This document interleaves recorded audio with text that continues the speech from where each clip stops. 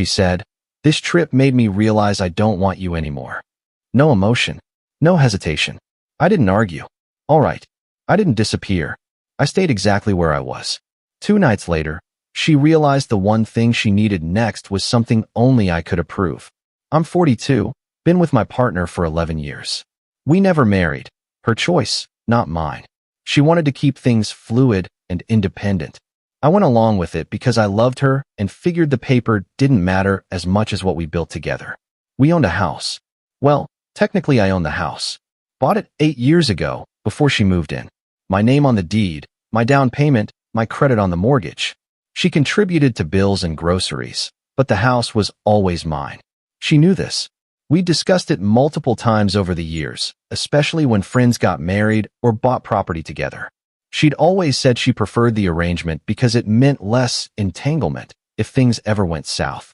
The trip happened 3 weeks ago. She went on a yoga retreat. 10 days in another state with a group of women she'd met through her studio. I didn't think much of it. She'd been talking about needing space to reconnect with herself for months. Work had been stressful for both of us. I run a small consulting firm. She manages a wellness center. We'd been ships passing in the night. She came back on a Tuesday evening. I picked her up from the airport. She was quiet in the car, staring out the window. I asked how the retreat was. She said it was transformative. I asked what that meant. She didn't elaborate. We got home around 8. I'd made dinner. Nothing fancy, just pasta and salad. She barely touched it. Kept checking her phone. I asked if something was wrong. I need to talk to you about something. I put down my fork. Okay. This trip made me realize I don't want you anymore. Just like that. No preamble. No softening. She said it the way you'd comment on the weather. I sat there for a moment. All right. That's it. Just all right. What do you want me to say? You've made a decision. I'm not going to beg. I thought you'd be more upset. I am upset. I'm just not going to perform it for you. She looked almost disappointed. Like she'd wanted drama. Wanted me to break down or get angry or give her ammunition for whatever story she was already telling herself. I'll start looking for a place, she said. I need a few weeks to figure things out. Take your time.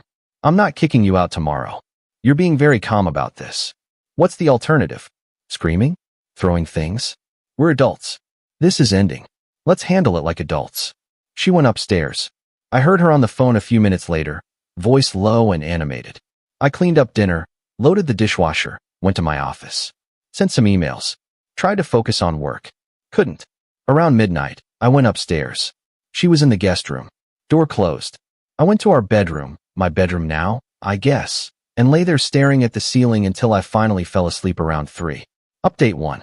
The next morning, she was already up when I came downstairs. Had her laptop open at the kitchen table, looking at apartment listings.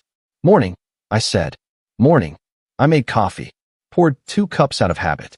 Slid one across to her. She took it without looking up. I found a few places. Going to schedule some viewings this week. Okay. Most of them want first month, last month, and security deposit. It's going to be tight financially until my next paycheck. I didn't respond. Just drank my coffee. I might need to borrow some money. Just for the deposits. I'll pay you back. How much? Maybe $5,000. I laughed. Couldn't help it. You're breaking up with me and asking me for $5,000 in the same breath. It's a loan. I just said I'd pay you back. No. No. No. Figure it out yourself. That's petty. That's reality. You don't want me anymore, remember? Part of not wanting me is not having access to my money. She slammed her laptop shut. I've contributed to this household for years. You've paid utilities and bought groceries. I've paid the mortgage, property taxes, insurance, all the major repairs. Don't act like we've been equal partners financially. I make less than you. I've done what I could. I'm not saying you didn't. I'm saying you don't get to leave me and expect me to fund your exit. She grabbed her coffee and went back upstairs. I heard the guest room door slam. That afternoon, I had a consultation call with a client. Afterward, I called my lawyer.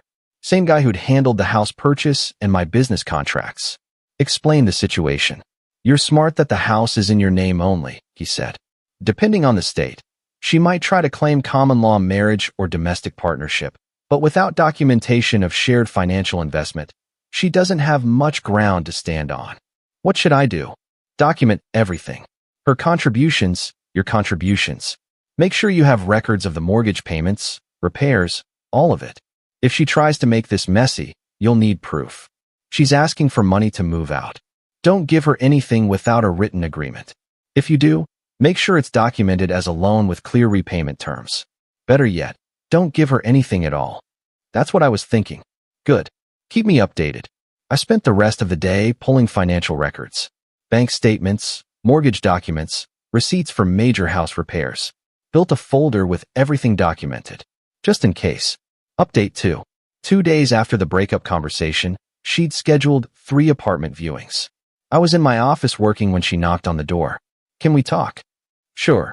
She came in, closed the door behind her, sat in the chair across from my desk. I've been thinking about the logistics. The apartments I'm looking at all require proof of income, references, credit checks. Standard stuff. Okay. The thing is, my credit isn't great. I had some issues a few years ago with a credit card. It's mostly resolved, but my score is still recovering. And most landlords want a cosigner if your credit is below a certain threshold. I saw where this was going. No, I haven't even asked yet. You're about to ask me to cosign on an apartment lease. The answer is no. I need help. I can't get approved without a cosigner. Find someone else. Family member. Friend. Not me. My parents are retired. They don't have the income to qualify. My friends either don't make enough or won't do it. Then find a different apartment. Find a roommate situation. Find something that doesn't require a cosigner. Those options are either unsafe or too far from my work. Not my problem. She stared at me. You're really going to make this difficult. I'm not making anything difficult. You decided to leave. You decided you don't want me anymore. Those were your words. You don't get to leave and expect me to remain responsible for your housing. I thought we could be adults about this. We are being adults. Adults understand that decisions have consequences. You're facing the consequences of your decision. This is revenge. This is self-preservation. Big difference. She left the office. I heard her making phone calls for the next hour. Desperate calls to friends, her parents, her sister. Each one ended with her sounding more frustrated. That evening, she came back to the office. I talked to my parents. They said they'd help with the deposit money, but they can't co-sign either. Their accountant advised against it for tax reasons. Okay. That's all you have to say. What do you want me to say? I already told you I'm not co-signing. I need to move out. I can't stay here indefinitely. I didn't say you could. I said take your time. That doesn't mean months. That means a reasonable amount of time to figure things out. How long is reasonable? End of the month. That's 3 weeks. 3 weeks. That's not enough time. It's plenty of time if you're actually looking at realistic options. What if I can't find a place by then?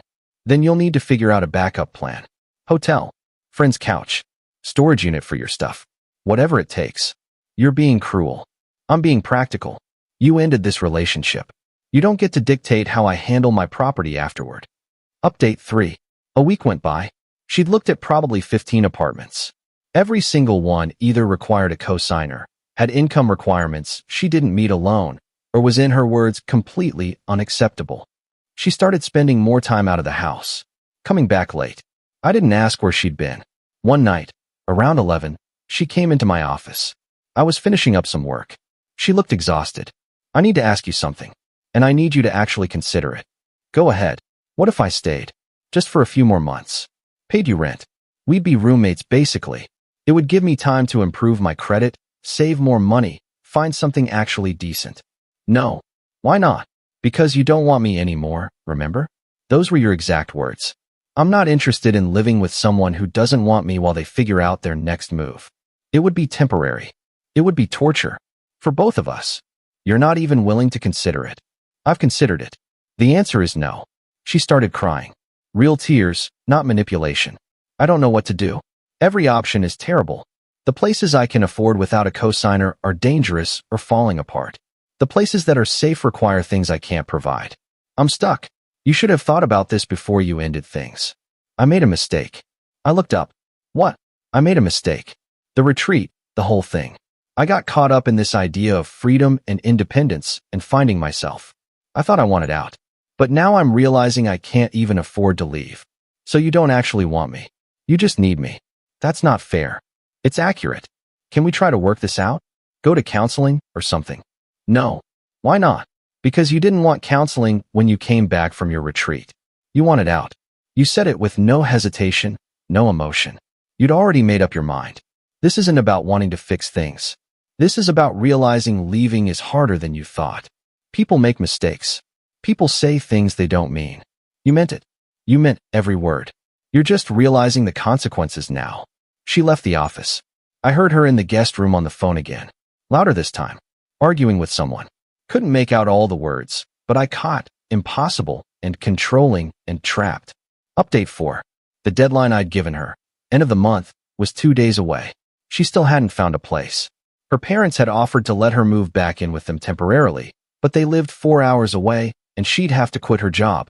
She'd applied for personal loans to cover deposits without a cosigner. All denied. The night before the deadline, she knocked on my bedroom door. I was reading. She came in without waiting for an invitation. We need to talk about this. We've talked about it plenty. Tomorrow's the deadline. I have nowhere to go. That's unfortunate. You're really going to make me homeless? I'm not making you anything. I'm enforcing a reasonable boundary. You have options. Your parents' place. Friends. Extended stay hotels. You're choosing not to take them because they're inconvenient. They're not just inconvenient. They're life-altering. Moving back with my parents means starting over. Losing my job. Losing my independence. You wanted independence. You wanted to not be entangled with me. This is what that looks like. I was wrong. I told you I was wrong.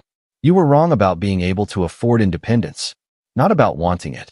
That's not true. It is true. You don't want me back. You want your comfortable life back. The one where you had a nice house, low expenses, and freedom to do whatever you wanted without actually being responsible for anything. That's a horrible thing to say. It's honest. Something you should try. She sat on the edge of the bed. What if I signed something? A lease agreement. Paid you actual rent. Market rate. We'd have a landlord-tenant relationship. Legal and official. No. Why not? You'd be getting income from a room that would otherwise sit empty. Because I don't want you here. You don't want me. I don't want to see you every day. I don't want to share space with someone who looked me in the eye and said they didn't want me anymore. It's that simple. You're punishing me. I'm protecting myself. She stood up. Fine. I'll figure something out. I'll take the apartment I looked at last week. The one in the sketchy neighborhood. The one with the broken locks and the mold problem. At least I'll be out of your hair. Don't try to guilt me. You have other options.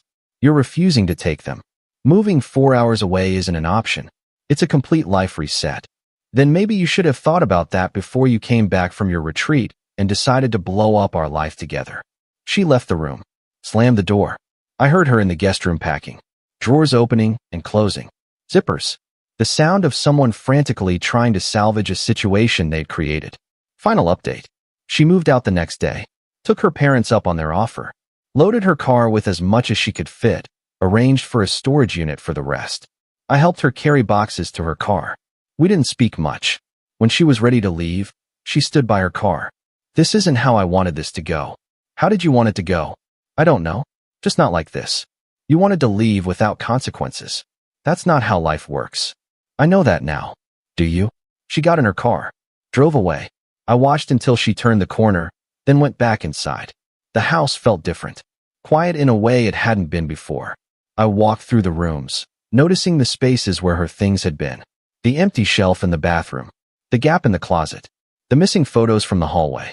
A few weeks later, I got an email from her. She'd settled in at her parents' place. Found a remote position doing wellness coaching. Making it work. She said she understood now why I'd refused to help her. Said she needed to face the full weight of her decision. Said she hoped someday we could talk without anger. I didn't respond. A month after that, her sister reached out. Said my ex was struggling. Depressed. Regretful. Asked if I'd be willing to talk to her. I said no. Her sister called me heartless. I blocked her number. 2 months later, I started dating someone new. Someone I met through a friend. Someone who had her own house, her own career, her own stability. Someone who didn't need me to function, but chose to be with me anyway. My ex found out through mutual friends. Sent me a long text about how quickly I'd moved on, how callous I was, how she'd wasted 11 years on someone who could replace her so easily. I blocked her number too.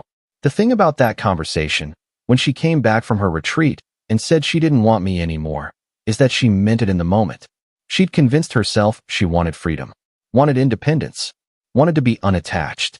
But she'd never actually thought through what that meant. Never considered that she'd built her life on my foundation. Never realized that not wanting me meant not having access to everything that came with me. And when she figured it out, when she realized she'd made a catastrophic miscalculation, she expected me to save her. Expected me to co-sign her lease, loan her money, let her stay indefinitely. Expected me to absorb the consequences of her decision while she figured out her next move. I chose differently. I chose to let her face exactly what she'd asked for. Complete independence. Complete separation. No safety net. People called it cruel. Called it revenge. Called it heartless. I called it self-respect. She said she didn't want me. I believed her. And I let her discover what not having me actually meant. I'm 42 years old. I own my house. I have my career. I have my dignity. And I have someone new who sees my value and doesn't take it for granted. My ex has her independence, just like she wanted. Turns out it looks a lot lonelier than she imagined.